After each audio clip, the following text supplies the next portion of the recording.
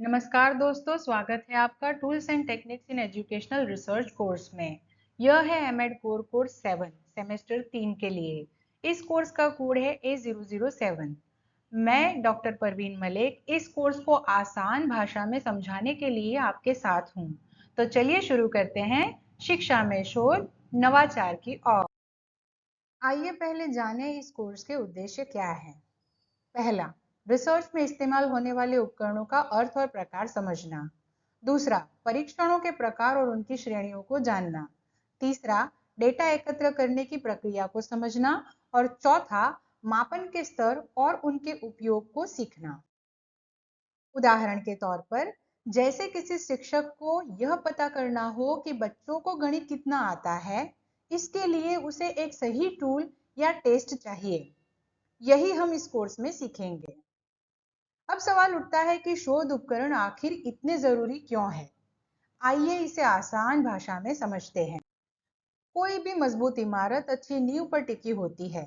उसी तरह एक अच्छा शोध अच्छे टूल्स पर आधारित होता है। यदि डेटा संग्रहण गलत हो तो पूरा शोध प्रभावित हो सकता है। इसीलिए अच्छे उपकरण एक मजबूत और विश्वसनीय शोध की बुनियाद होता है। एक बार जब हम विभिन्न टूल्स की समझ रखते हैं तो हम विषय के अनुसार खुद भी बेहतर टूल डिजाइन कर सकते हैं। उदाहरण के लिए, यदि कोई रिसर्चर विद्यार्थियों की पढ़ाई में रुचि जानना चाहता है तो वह एक उपयुक्त अभिरुचि मापन स्केल बना सकता है। यह स्केल शोध में नवाचार को बढ़ावा देती है। शोध में हम जो भी आंकड़े इकट्ठा करते हैं उनका मूल्य तभी है जब वे सटीक हो। उचित टूल्स का प्रयोग करके हम यह सुनिश्चित कर सकते हैं कि जो चीज हम मापना चाहते हैं, जैसे ज्ञान, रुचि, दृष्टिकोण या योग्यता, उसका सही मापन हो सके। चाहे वह एमएड का प्रोजेक्ट हो, किसी थीसिस का काम हो या पीएचडी की रिसर्च, हर जगह आपको सही टूल्स की आवश्यकता होगी। इनसे आपका शोध व्यावहारिक, प्रामाणिक और प्रकाशन योग्य बनता है। इसीलिए कहा जा सकता है कि शोध उपकरण किसी भी शैक्षिक शोध की रीढ़ की हड्डी की तरह होते हैं। आप इस कोर्स में क्या सीखेंगे? इस कोर्स को 4 यूनिट में बांटा गया है। पहला यूनिट, रिसर्च टूल्स क्या होते हैं और कितने प्रकार के होते हैं। दूसरा यूनिट, टेस्ट के प्रकार जैसे अचीवमेंट टेस्ट, एटीट्यूड टेस्ट आदि।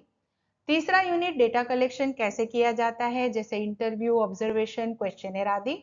और चौथा यूनिट, मापन के 4 स्तर, नॉमिनल, ऑर्डिनल, इंटरवल और रेशियो।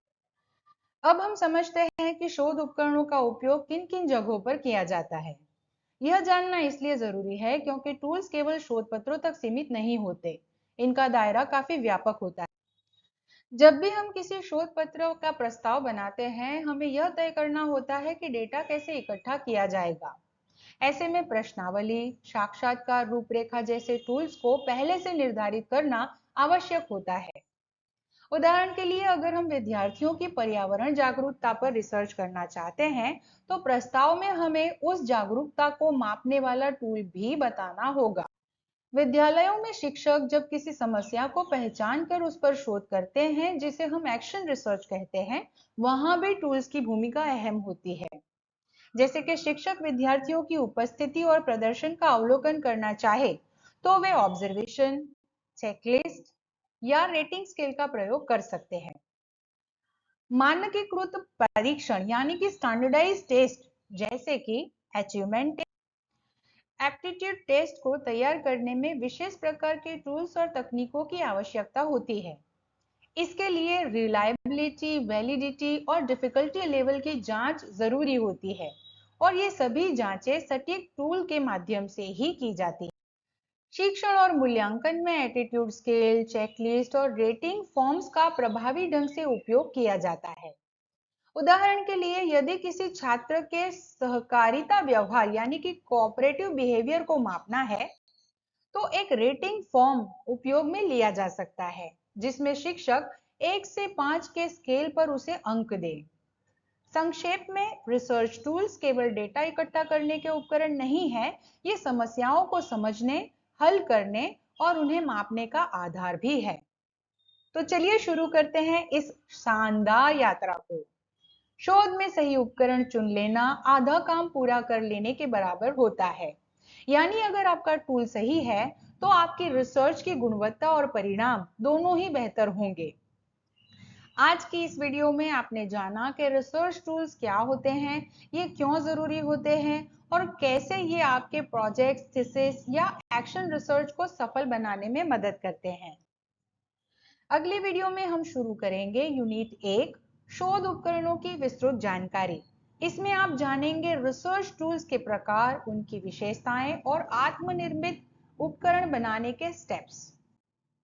अगर आपको ये वीडियो उपयोगी लगी है तो लाइक करें, सब्सक्राइब करें और हाँ, बेल आइकन दबाना न भूलें ताकि अगली रिसर्च वीडियो की सूचना सबसे पहले आपको मिले। और सहपाठियों के साथ जरूर शेयर करें। धन्यवाद। फिर मिलते हैं रिसर्च की अगली क्लास में। तब तक सीखते रहिए, सोचते रहिए।